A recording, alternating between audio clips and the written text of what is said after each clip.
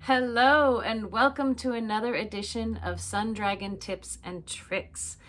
I'm Rebecca. I'm the owner of Sun Dragon Art and Fiber in downtown Brevard, North Carolina. And I'm coming to you today, as always, on a Monday from my house. And I was going around in circles about what to do this week, because sometimes I base things off of what I'm currently working on. This is one of the things I'm currently working on right now. This is an unfinished sweater, believe it or not, that I have, or top that I've put on stitch holders and I've put on. I'll try to get up and show you in a second. And some of the topics I wanted to do, I didn't have the props for. And some of them I wasn't sure how I was going to draw, because if you've been following this channel, you know I like to draw stuff. You know, I don't have my whiteboard out today. I thought I'd take a different tack today and talk about some things that I've been talking about with knitters who come to the shop, or I've noticed as time has gone on in my time owning a yarn store.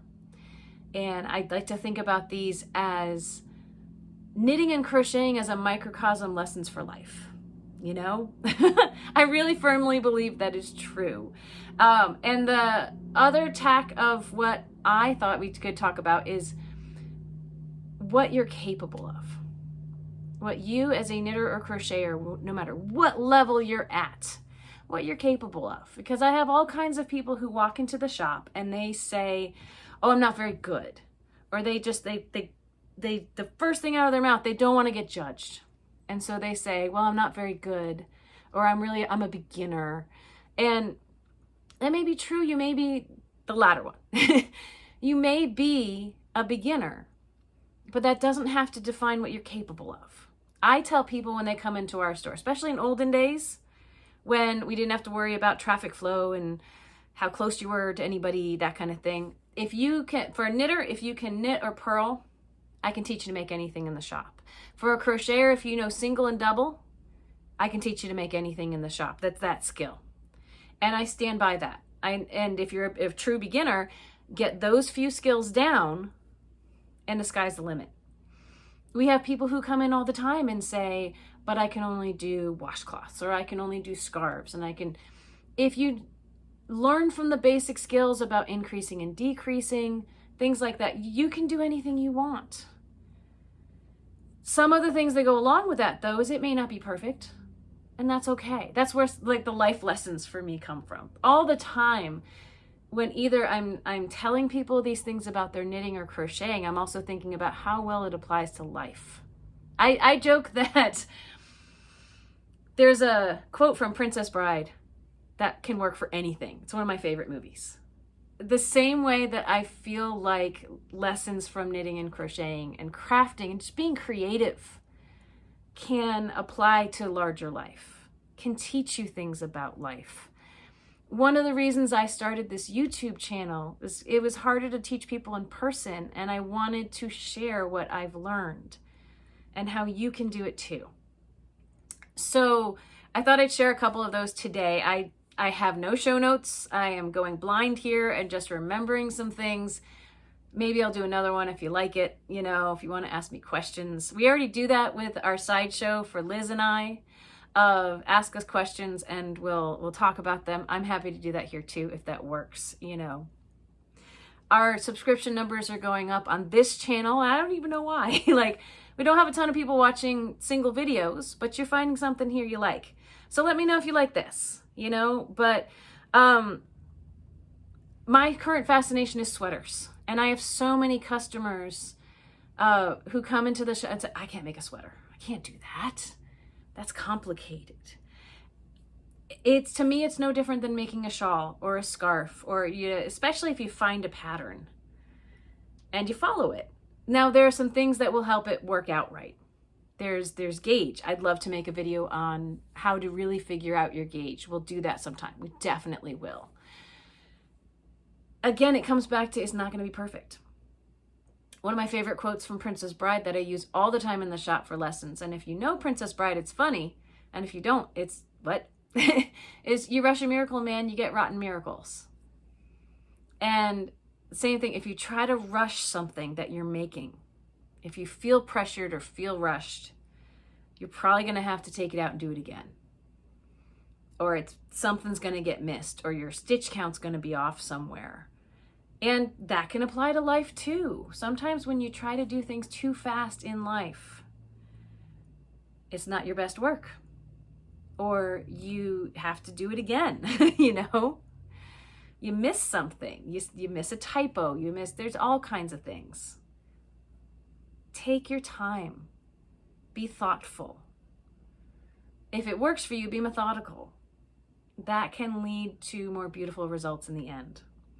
I go back to, it's not going to be perfect. I see people doing the butterfly all the time, the papillon shawl on Facebook, and my stitches don't look right. And I ripped it out. I can tell you, this sweater that I'm making, so I try not to fall over, this sweater that I'm making, this bottom part here, the stitches are not perfect. Just this morning when I was working on it, I noticed some parts where the stitches are looser and tighter. My gauge is not consistent. Liz and I joke about, where's your I don't care bar? But it really is, it's going to be imperfect. But people look at my sweater and the sweaters I've made at the shop and they go, wow, that's beautiful. I see the errors. They see the beauty. I mean, how applicable is that for how we treat ourselves sometimes? I see the things I want to judge. Everyone else sees the person I am, the whole person I am. Lessons for life, right? Just this week, I had at least 2 knitters come in with their projects that they were unhappy with, but they put a lot of work into it. And then again, we joke about the I don't care bar, but I had a real serious conversation with them, both of, is this bringing you joy? If you continue to work on it and continue to go with it, will it eventually bring you joy? Or is it always going to bother you? And honestly, if it's always going to bother you, even if it means ripping it out, frogging it, as we say in the knitting and crocheting world, rip it, rip it, rip it. We got jokes, sounds like ribbit, right? Even if it means that you got to undo a lot of work, you've still learned from that.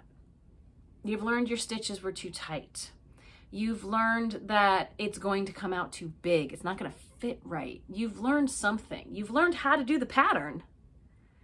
So the next time you do it, it should come out better and you will be happier with it. I mean, I see so much wisdom for life in there. It's like heavy, you know, we learn from everything, even our mistakes. Mistakes are important in life. If we never made mistakes, I remember being a teacher and telling this to my students, if we never made mistakes, first of all, life would probably be pretty boring. We might think we're going to be really happy with it, but we probably wouldn't be as satisfied with the end result. And we wouldn't have learned as much, and we wouldn't have progressed as far. And it's painful. Ripping out your work, you know, I've had whole entire garments, whole shawls that I've ripped out. Or you get to the end of the row and realize you should have been paying attention earlier on. It's painful. But that doesn't mean that it always is painful. If you end up like this piece, I'm so happy with this. If I had tried to make this sweater out of a different material, we've talked about that on the sideshow. If I tried to make this sweater a few years ago, it may not have turned out as well. I have sweaters all over the place here that they look beautiful, but I'm not as happy with them for whatever reason. They don't fit right. They're not me. Life lessons there. Absolutely life lessons all throughout it. But to return back to, what are you capable of? You can do anything. You really can. Again, it might not come out perfect the first time, but you can do it.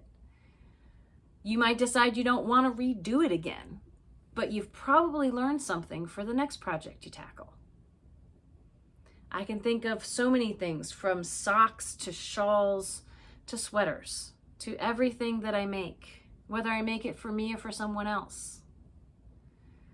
Lessons like sometimes it's important to make something for yourself, as hard as that can be, because you've been told, no, you have to keep making, make stuff for other people, give it away. That's the thing to do. Sometimes it's important to sit down and make something for yourself, something that you're proud of, that you can keep. That's okay. Some of what I'm saying, people out there might be going, of course. And some of what I'm saying, people say, I don't know. Think for yourself, what lessons have you learned from knitting and crocheting? What successes? What accomplishments? You can do it. I have people come in the shop all the time and say, I'm not creative, but they're making these beautiful things.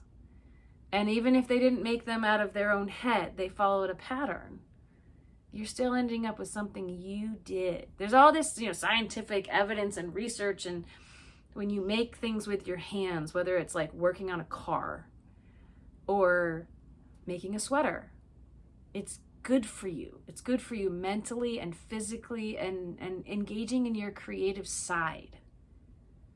Even if you don't think you're creative, I find knitting and crocheting can give you that outlet, can give you permission to be creative.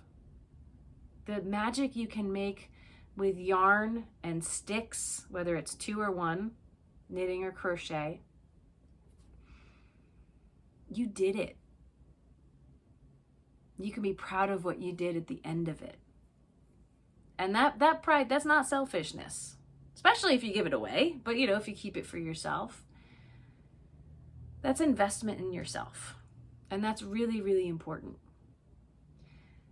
And I mean, I'm sure I could have a million other lessons, for life, but it really, sometimes it's worth it to spend a little more money on yourself if you have the resources. Sometimes you need to be practical and get the budget-friendly yarn. They all have their purpose and their point in your life that's important. Every day that I'm at the shop, I love what I do. I was a teacher, and I left that to run my shop, to fully embrace the yarn world, right? And every day I take away new lessons from it. And the thing I think I want to leave you all with today is, don't let fear of the unknown, or how it's going to turn out, or what you think you're capable of, hold you back from trying something new. And just give it a shot. Even if it doesn't work out, look at what you've accomplished. Look what you can take from it to your next project. That's going to be beautiful. Pick the colors that you like. Try something that you think is just a little bit beyond your skill level. Reach out for support and help if you need it. I'm always there for anybody, whether it's on Zoom or in person. Sometimes that can be a little confined by my schedule, other things, but it's okay to ask for help too. All these things that can apply to knitting and can apply to life. And crochet. I don't want to leave out crochet. Trying something new. Embracing what you're good at. Looking for the positive, even in something you got to rip out and redo. Find what is important and hang on to it. If you learn the basics, you can do anything. As long as you're also willing to accept it might not go right the first or the second or the third time.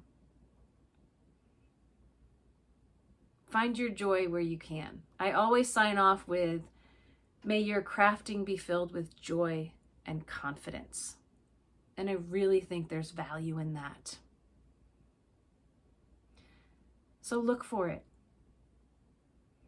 If you're not ready to apply these lessons to the big picture yet, focus on the small stuff for now.